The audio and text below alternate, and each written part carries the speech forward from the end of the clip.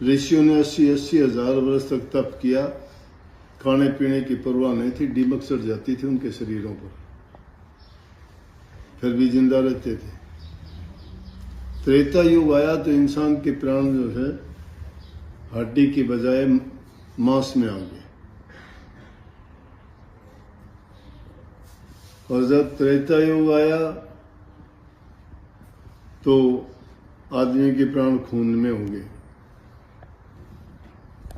द्वापर में, और अब कलयुग में तो इंसान के प्राण किस में आ गए? अन्न में आ गए। अगर अन्न खाता है तो जीवित रहता, अन्न नहीं खाए तो मर जाए। तो बात तो तब की थी, लेकिन तब करते वक्त उसको भूख लगती थी तो इतना ही काम करता था, सूख गया, पिंजर हो गया। 12 वर्ष के बाद माँ ने कहा कि क्या किया, बल्कि उन्होंने कही कि रोटी मेरी काठ की, लावण मेरी भूख, जिन खादी है चोपड़ी बहुत सहन के दुख। कि मेरी रोटी तो काठ की है और उसकी लावण का है सब्जी चटनी, जो जिसके साथ लगा के खाते हैं, वो मेरी भूख है। लेकिन जो लोग चुपड़ के खाते हैं उनको बड़े दुख हो।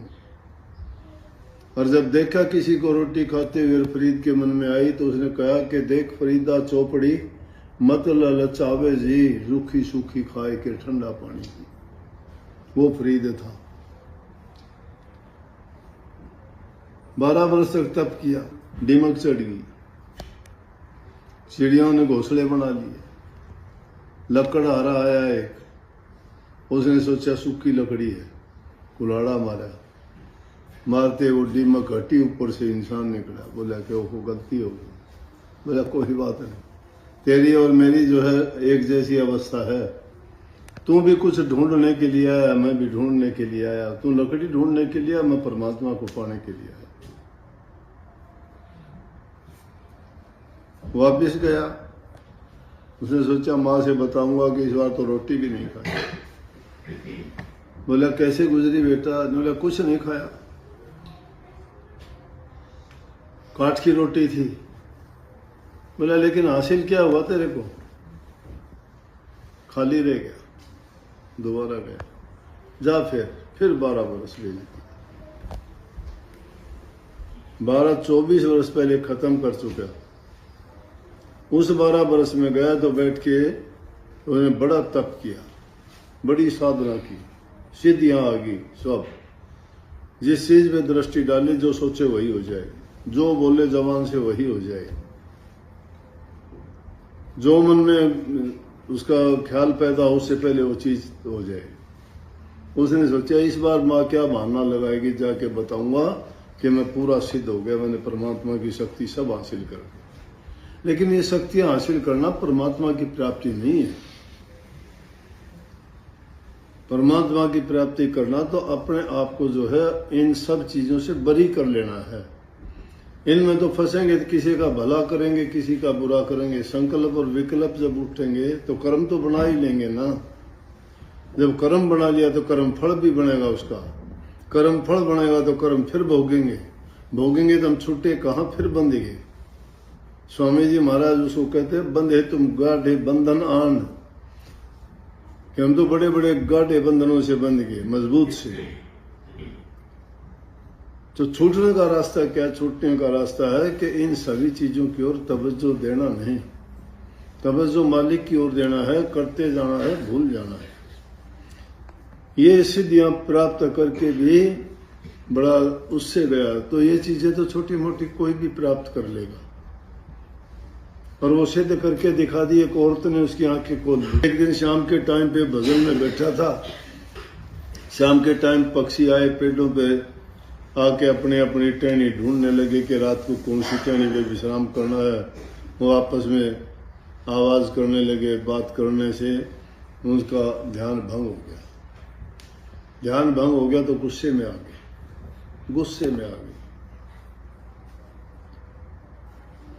काम, क्रोध, लोभ, मोह कर, इसलिए दुश्मन बताया सबसे बड़ा दुश्मन है क्रोध। और ये सारे मन से पैदा होते हैं।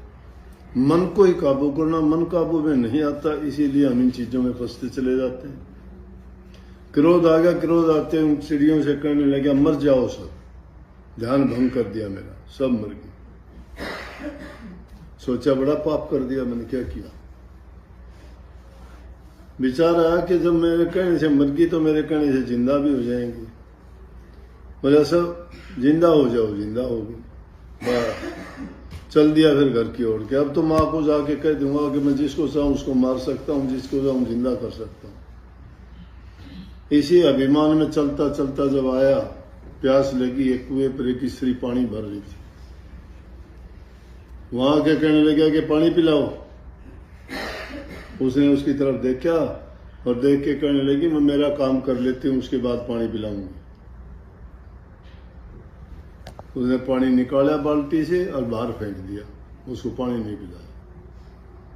बोला सुनता है कि नहीं, पानी पिला मुझे। बोला मैंने बताया ना मैं अपना काम करके पानी पिलाऊंगी। फिर पानी निकाला, फिर बाहर फेंक दिया। देखता रहा, अजीब औरत है, पानी निकाल के बाहर बिना मतलब फेंकती है, तुझे कहती है कि मुझे फुर्सत होगी जब पिलाऊंगी। फिर कहने लगा पिलाती है कि नहीं, गुस्से में। बोला वो चिड़िया को नहीं, तेरे कहने से मर जाऊंगी मैं और तेरे कहने से जिंदा हो जाऊंगी। बस या तो आकाश में उड़ रहा था, धड़ाम देसी जमीन पे आके पड़ा कि किसी ने देखा नहीं। इसको कैसे पता लगा मैंने चिड़िया मार दी, जिंदा कर दी। हाथ जोड़ के खड़ा हो गया, देवी ये बता आपको किसने बताई ये बात। बोली कि ये आप बड़ी बात मानते हो क्या, परमात्मा सबकी आंख खोलता है। कोई भी काम करते हो ना, परमात्मा आपको अवसर देता है समझने के लिए कि समझ। जो उसको समझ जाता है वो सुधार कर लेता, नहीं समझता वो अंधा हो जाता है। अंधा आंखों से नहीं होता आदमी, ख्याल से विचार से होता है। आंखों का अंधा तो बड़े ज्ञानी हो जाते हैं, लेकिन जो मन से अंधा हो जाता है उसको कुछ सूझता नहीं है। मन के अंधे का मतलब है कि आदमी अपनी बुद्धि को इतनी गिरा लेता है कि अपने लालच में, अपने स्वार्थ में, अपने ही हित में, चाहे वो कितना पाप कर्म हो, बुरा कर्म हो, करता चला जाता है। वो अंधा है।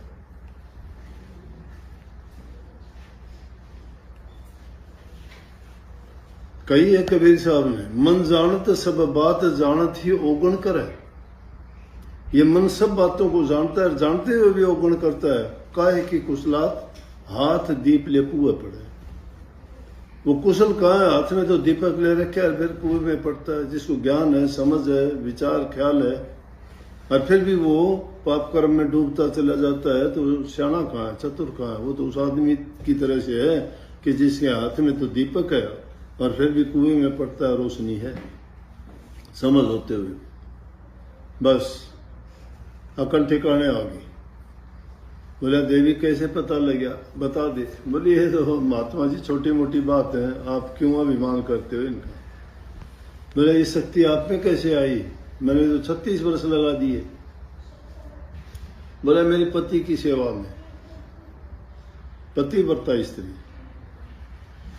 इसलिए पितृ भक्त जो होते हैं, पिता की भक्ति यही है।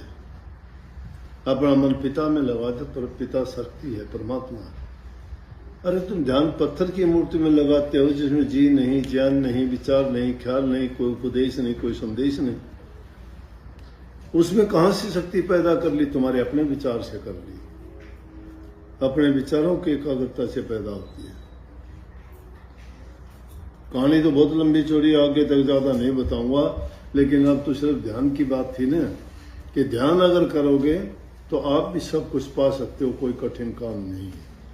इसलिए संतों ने कहा कि और भी सुलभ रास्ता कर दिया कि घर में रहते हुए